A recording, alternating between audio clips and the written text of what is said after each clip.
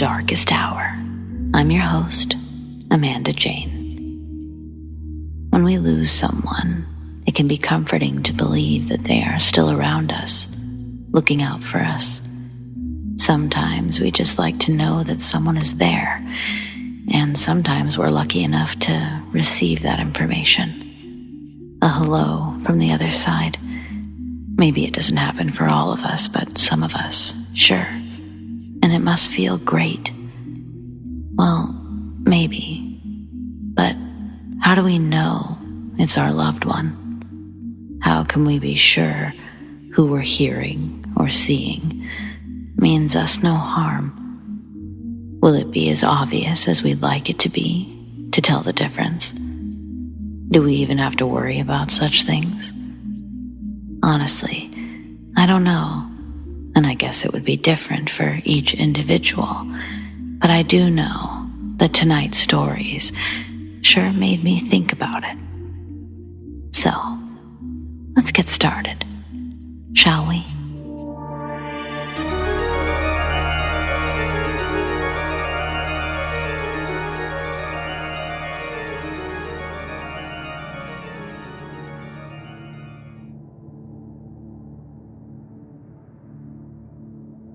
Kids say the darndest things, right?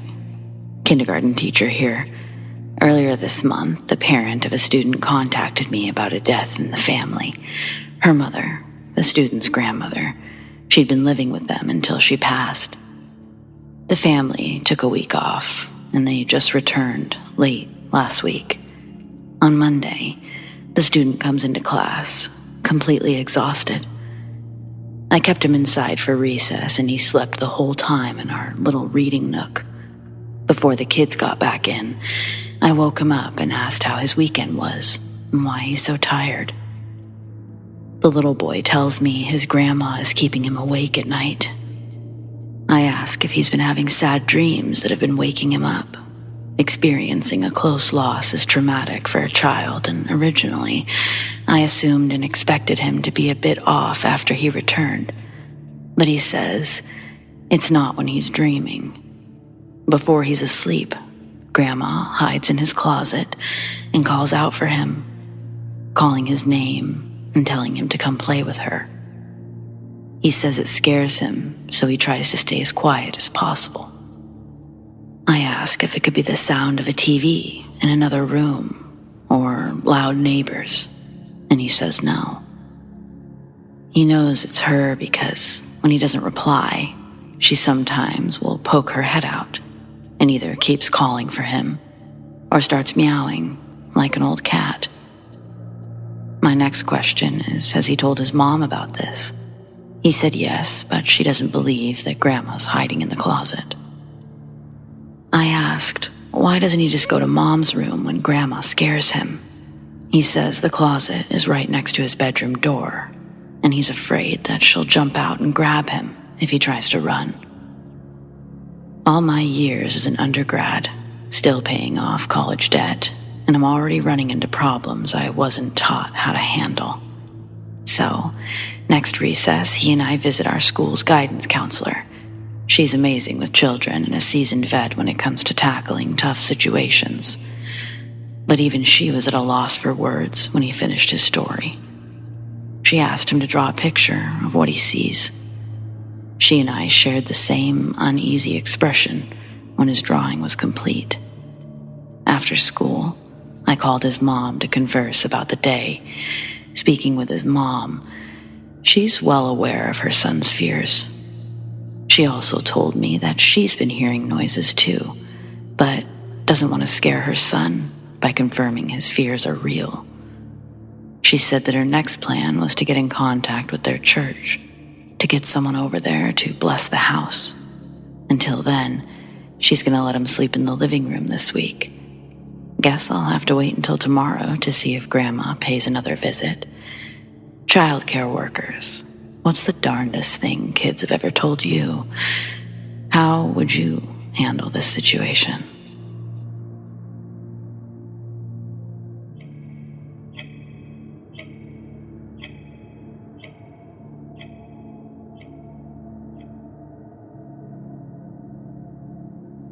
hometown is prime paranormal investigator real estate. It's literally the only good thing about it. We have haunted ghost tours, and we make a big deal out of anything that brings in more tourist money. Haunted antebellum homes, restaurants, cemeteries. That's just a few of our attractions. Growing up there, it's hard not to take an interest in ghost stories at some point. One of my closer friends, let's call her Meg, lives in one of the haunted antebellum homes. She had several first-hand experiences, but I'm mostly gonna focus on my own. The nursery. The nursery has a story unto itself. No one has used it since the family living there before the Civil War. The furniture is in exactly the same spot as the last day it was used. The father was an army major, but he retired after some Indians put an arrow in him. When he got home, he learned his son had died from scarlet fever, and it broke the man. He started spending all of his time at home and began farming. Eventually, they had a new baby. A nanny slept in the nursery because back then, they didn't have baby monitors. So there was still a second bed in Meg's room because the father also slept in the baby's room for the first month. He would have stayed longer, but it caused problems in his marriage. The servants started to gossip, and that's about as bad as it gets for a woman during that time. Ultimately, the husband conceded and moved back into the master suite. A few mornings later, the nanny burst into their room, frantic, screaming. The baby had passed in the night. The mother, still in shock, accused her of murder. And of course, the nanny denied the accusation, but it didn't matter. The father lost his grip on reality and beat the nanny to death.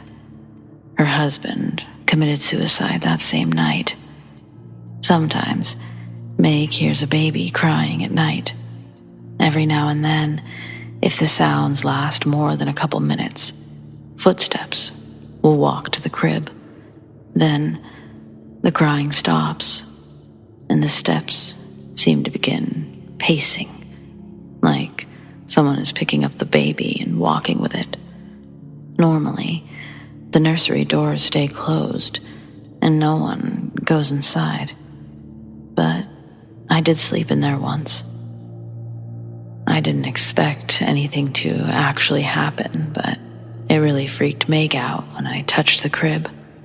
She thought I would piss off the spirits. I sat with my back against the wall on the bed, opened both of the doors wide, and settled in for the night. I played on my phone for an hour or two without incident, but that's when the door on my right swung closed. It surprised me. They were heavy doors, and I yelped a little bit. I thought I would hear Meg if she tried to sneak up on me. You honestly can't take 3 steps in that house without floors creaking. Still, I didn't hesitate. I ran down the hall hoping to catch her, but there were no retreating footsteps. No, nothing. The hallway on that side extended both ways. I ran the shortest path to Meg's room, sure that I would run into her any moment, but I made it to her open door without trouble. When I looked in, Meg was sound asleep. Well, I wasn't sure she was asleep, but she looked damn convincing. I was sure she would deny it if I played the game of waking her up, so I retreated. I sat in my original position and replayed the events, assuming she did sneak into the doorway, reaching her arm inside and pulled the door closed, straight in front of me with the lights on, making no sound. Then, how did she get back to her room? What else could make the door close? AC kicking on? No, it stayed off in that part of the house. Likewise, no open windows or anything else to contribute to an air draft. It had sat perfectly still up until the point of it closing. I tried to recreate the event, but I couldn't make the door shut at all, not to latch. Finally, I accepted defeat and went to bed, too tired to care anymore. I was deep in a dream. I really didn't want it to end, when the sound of a crying baby leaked in. Have you ever had the sound of something in the real world seep into your dream? Creates a confusing moment of both coexisting before you realize, oh, this is a dream, but that noise isn't. That's what happened to me. It took longer than usual to understand because there's no baby in my life, nor Meg's. There's no reason for me to immediately think it was part of real life. But then I heard soft footsteps right next to me and a light whisper of shh. And that's when I remembered where I was sleeping. My eyes shot open, and for one instant, I saw a dark figure standing over me. But as my vision focused, there was nothing there. Everything was silent for a fraction of a second, and my heart was just beginning to slow when both of the doors suddenly slammed shut simultaneously. I didn't wait to see what else would happen. I grabbed my pillow, ran to a different guest room, and though I never quite fell asleep, I didn't experience anything else either.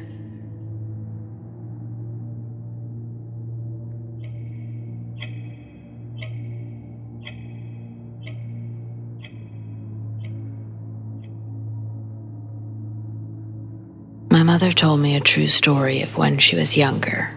She was about 15 or 16. She had a cousin who was beautiful, fair-skinned, light eyes, auburn hair, sweet and kind. One night, she was coming home late from a friend's house when it started to rain heavily. She was still a few blocks from home, so she took shelter underneath a giant tree. In Islam, they say that you should not be out after sunset, and especially never be out around trees, as that's where spirits roost. When my mother's cousin arrived home that night, she was shivering, wet, and extremely tired. She went to sleep right away, and the cousin my mother once knew was gone. She woke up a different person, thing. There was no hiding behind her cousin's identity. This thing claimed he was a male jinn, and he found her to be very beautiful. He wanted to marry her, and he wouldn't be taking no for an answer. The cousin's parents called several imams. Each one tried prayers and to coax the jinn out, to leave this body, release her, let her go free. The jinn refused. My mother said it was so odd seeing her cousin. It was her cousin's body and face, but when she spoke, a deep male's voice came out. It would talk about places and faraway lands it had visited. My mother's cousin had never left the small town or village. She or it would produce fruits and vegetables that were out of season and not grown in that region. My mother said that once her aunt and uncle were having trouble with their stone oven. In Pakistan, these stone ovens weighed a lot, and they took 4 strong men to lift and move. The cousin saw the parents struggling and moved the oven by herself, or itself. That was not their daughter. The strength and the power that it displayed might as well have been magical. Things that it did, such as producing the fruits and vegetables without leaving the house, it's unexplainable, but at the time, they knew this wasn't their daughter trying to be someone else. This was someone else. My mother said the jinn stayed in her cousin's body for almost a year until her aunt and uncle's story reached a very poised and renowned imam. He traveled to the home and read Quran. They had prayer, had the cousin drink Zamzam water, didn't leave her side until the jinn finally left from the torture. My mother said her cousin didn't remember anything. It was as if her life started again from the night she originally came home from standing underneath the tree. My aunt and uncle didn't tell her, and had everybody else promise to never tell her anything about the possession. My mother said her cousin was back, the same happy, sweet, and kind girl that she used to be. She went on to get married to a nice man from her college, and they had 4 cute children. She's in her 60s now, and she doesn't know what happened to her all of those years ago.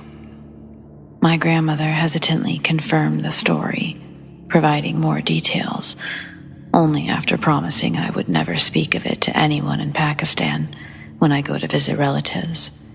My uncles, they've also confirmed the story, witnessing for themselves what occurred. Possession apparently runs on both sides of my family, mother and father. On my father's side, it hits closer to home. I'll post that soon.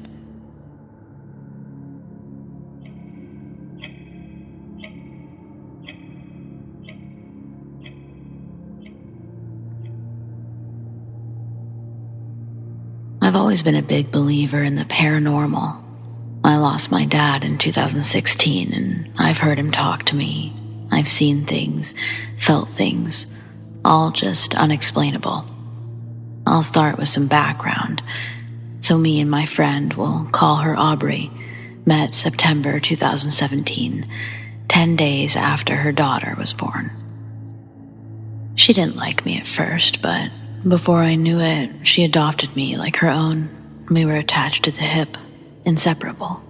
I actually ended up living with her on and off for about a year or 2, and I helped her raise her daughter when me and my grandpa weren't on great terms. I call her mom, she calls me daughter, and her daughter calls me sissy. We're family, blood or not, so you can take a guess how often I was at her house. Her grandma wasn't home for months at a time, so we were the safe house, the party house, the chain smoke cigarettes on the back porch when you're going through a breakup house. We had friends over all the time. We were all super close, and that house was like a breeding ground for paranormal activity. Knocking on walls, footsteps down the hallway, things moving around, voices, the feeling of being watched, the random cold chills, even the piano playing by itself. Me and Aubrey's at the time boyfriend heard it from 2 separate rooms one night. It was only us 3 in the house. I could tell you guys 100 stories of things that happened in that house, not just to me, but to all of our friends. My fiancé was waiting by himself for me and Aubrey to get home, and he heard voices, like a conversation in the hallway. Grabbed a bat to start swinging, but no one was there. Anyway, this particular story happened in 2018. I had just recently graduated high school, so I was always at her house.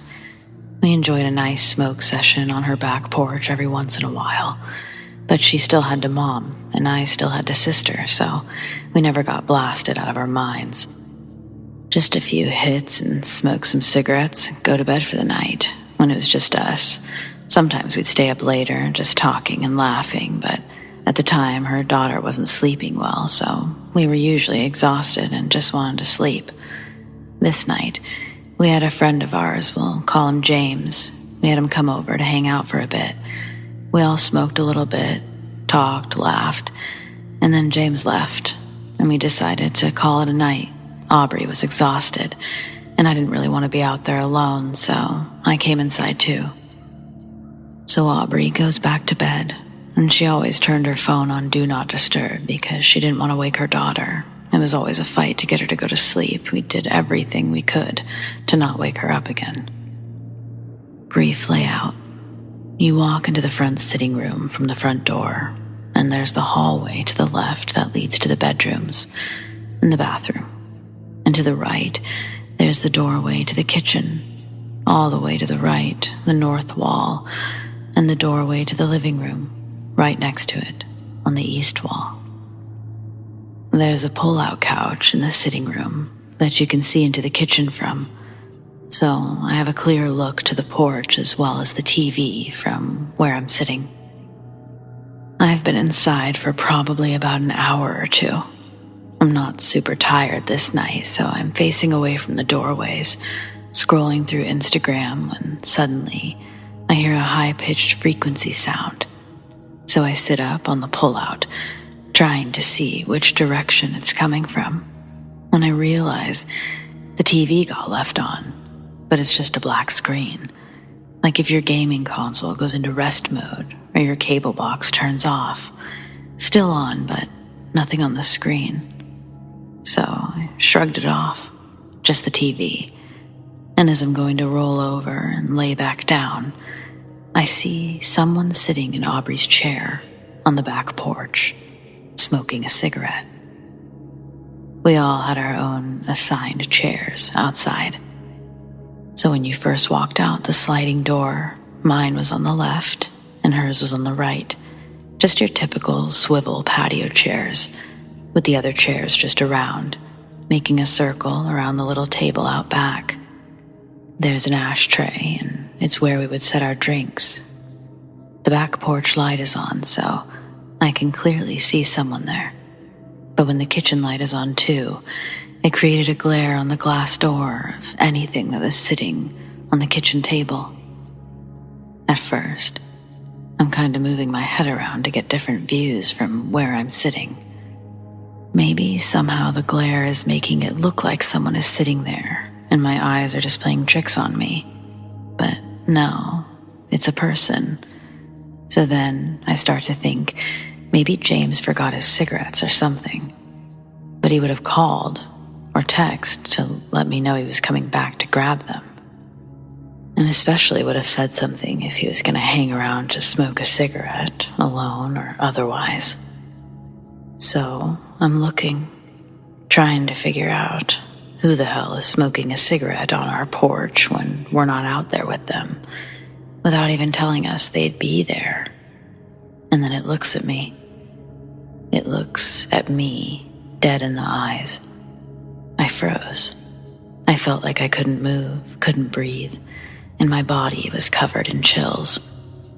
It starts to stand up, but I don't stick around long enough to find out whether it's going to walk right through the door like Casper the Friendly Ghost or knock on the door like a person. I grab my phone and I run to the bathroom. I'm texting Aubrey over and over, telling her someone is outside and I don't know who it is. But of course, she's not answering because her phone is on Do Not Disturb. And everyone knows, once Aubrey is in her room for the night, don't open that door, for fear of waking the little crotch demon that Aubrey had to have cut out of her. So when I open the door, she's giving me a look like, "What the hell do you want?" And I'm trying to stay as quiet as possible while I'm panicking, trying to tell her someone is outside. She tells me to stay with her daughter while she grabs some type of weapon. I can't remember what, but she goes back to look. She comes back and tells me she didn't see anything. No sign of anyone. Nothing. She grabs the baby monitor and comes out to the living room with me for a while. I tell her what just happened, and she offered to let me sleep in her room that night. I did. We never knew whether it was a human or something else. Needless to say, we went out and bought baseball bats, machetes, and large hunting knives to leave in different parts of the house in case anyone ever tried to break in. Me and Aubrey are both 5'3", 100 pounds soaking wet, with a tiny human to defend. The fuck are we gonna do, you know? Human or not, it was enough to make us come up with a plan if anything like that did ever happen again. No one ever said that they came over that night and just forgot to call. No one ever said, "Oh hey, that may have been me," when I told everyone the story. Me and Aubrey never found out who or what it was. Human, stranger, friend, apparition, paranormal, who knows? I'll never forget it, though.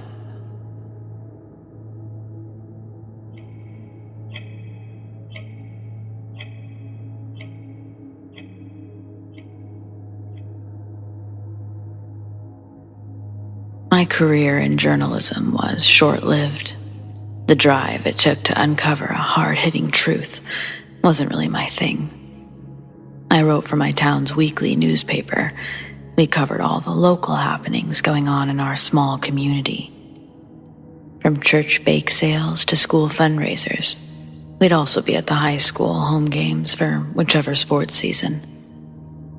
So, short-lived career, but one exciting story.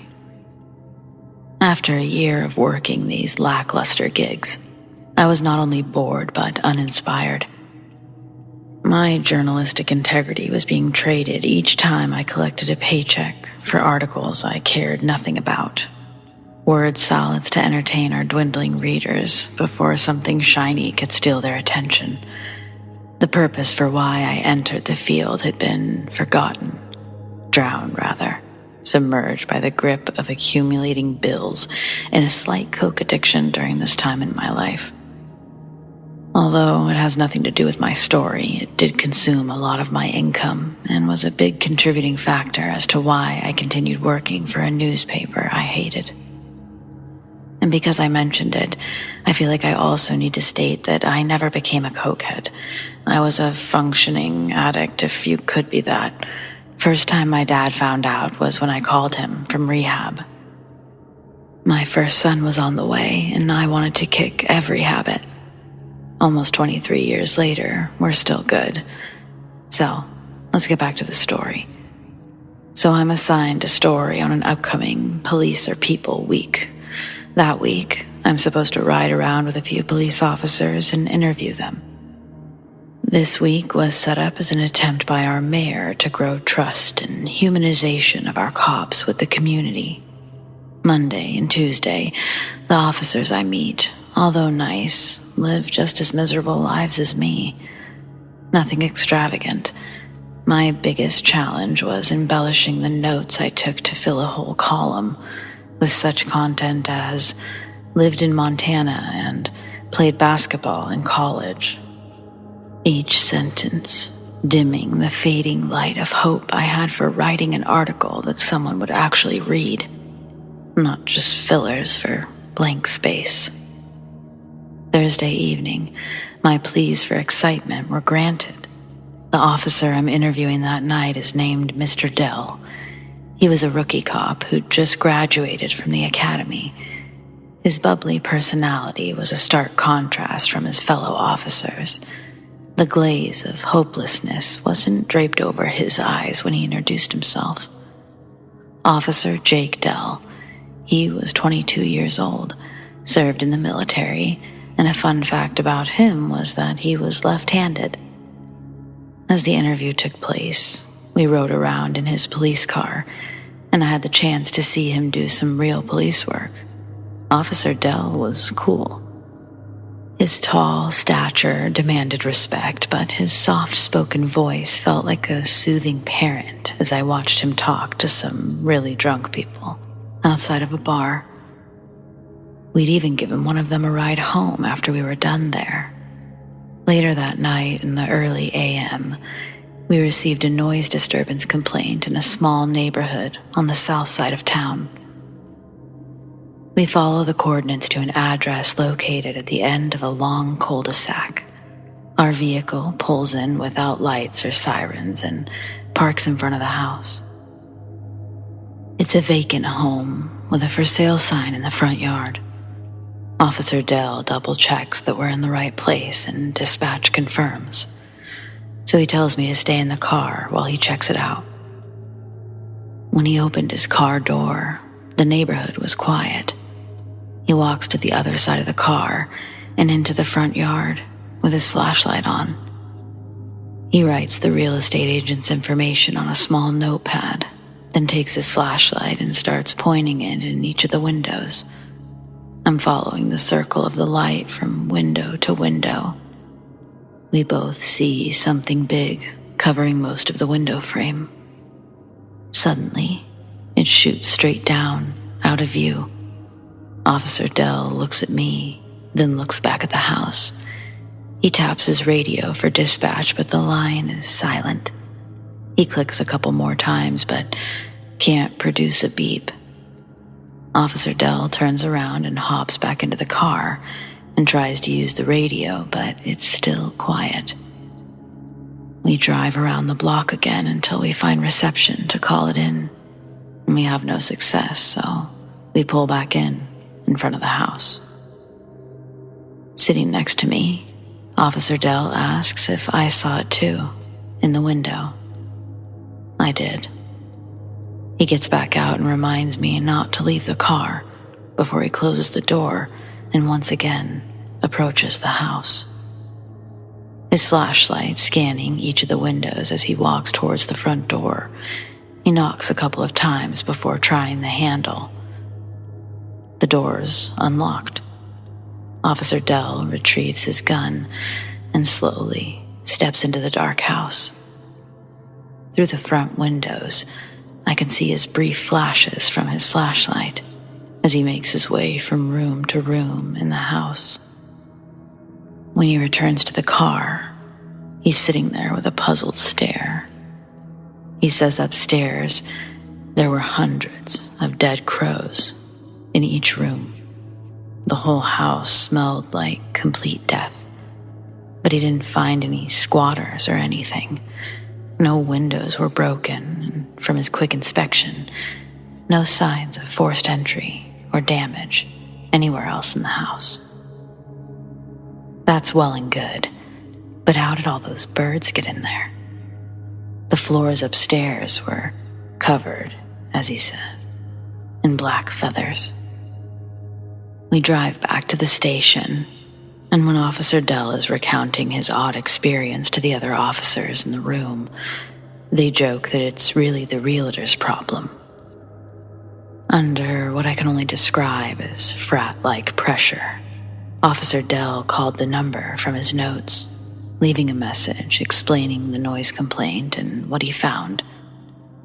I have to believe that a bit of unprofessional laughter was caught on the answering machine as Officer Dell hung up, because it was deafening at the precinct. After thanking Officer Dell for the interview and ride-along, I got in my car and left. But before I went home, I decided to go back to that address and check it out for myself before the realtor had time to clean it all up. Call it morbid curiosity. Call it a journalistic thirst for the unknown. Something pulled me back down that quiet neighborhood, returning to where I was just 30 minutes ago, but this time in a small convertible and alone. I parked a little ways down the street. I had a flashlight. It wasn't nearly as powerful as Officer Dell's, but it was enough to softly illuminate my near surroundings. The front door is still unlocked, and when I open it, the smell is immediately overwhelming. I retch, and I pull the neck of my shirt over my nose to breathe. I head toward the stairs, shining my light up the first couple of steps.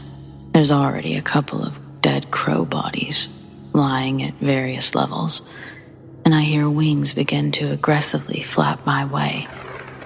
I duck, but when the sound passes, I can see none of the crows have moved and they're still resting in place.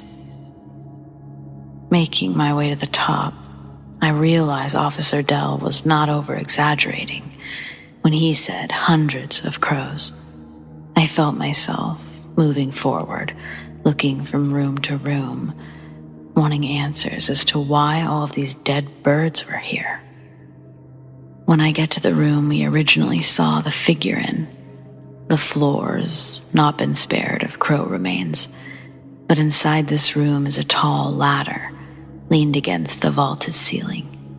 It's near a piece of ceiling that's recently been partially filled in. A large hole still takes up a large patch of this fill work. I climb up the ladder and shine my light into the hole.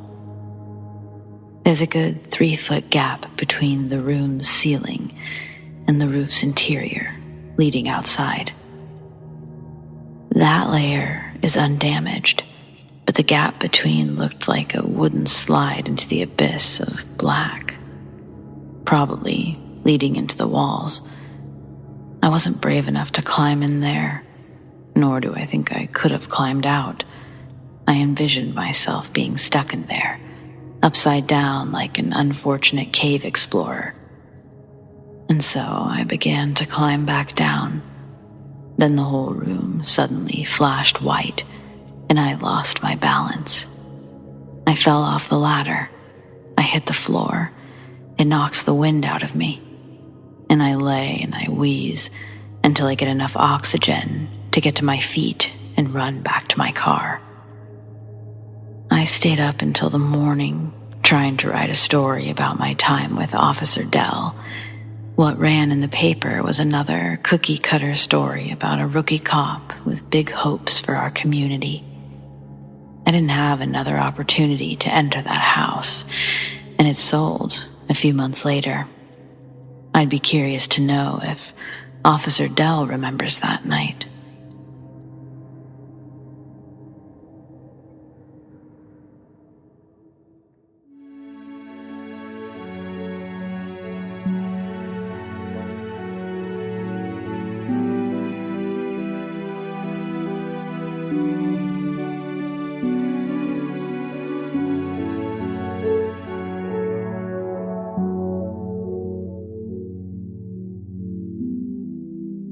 Well, friends, it appears we've reached the end of tonight's episode, but don't miss a brand new one every Friday night. Don't forget to like this video, subscribe to The Darkest Hour if you haven't already, and tap the bell so you never miss a thing, like my other weekly uploads every Sunday and Wednesday. I want to thank those who shared their stories, and a big thanks to all of you for listening. Huge shout out to all of my patrons whom I appreciate so much. Monica L, ZOEWATT, Shelly B, Donald C, Rat Girl, Alicia S, Erin G, Nikki H, Mr. Revenant, Naz K, and a warm welcome to the Darkest Hour's newest patron, TRACY S. If you want to support the Darkest Hour in other ways, consider joining my Patreon. Check out patreon.com/thedarkesthour. You can keep up with me and all things Darkest Hour over on my Instagram @thedarkesthouryt and Twitter @AmandaJane TDH. Do you have stories like these? I'd love to share them. Send them to me, amandadarkesthour@gmail.com, or on the Darkest Hour subreddit, The Darkest Hour YT. Stay spooky.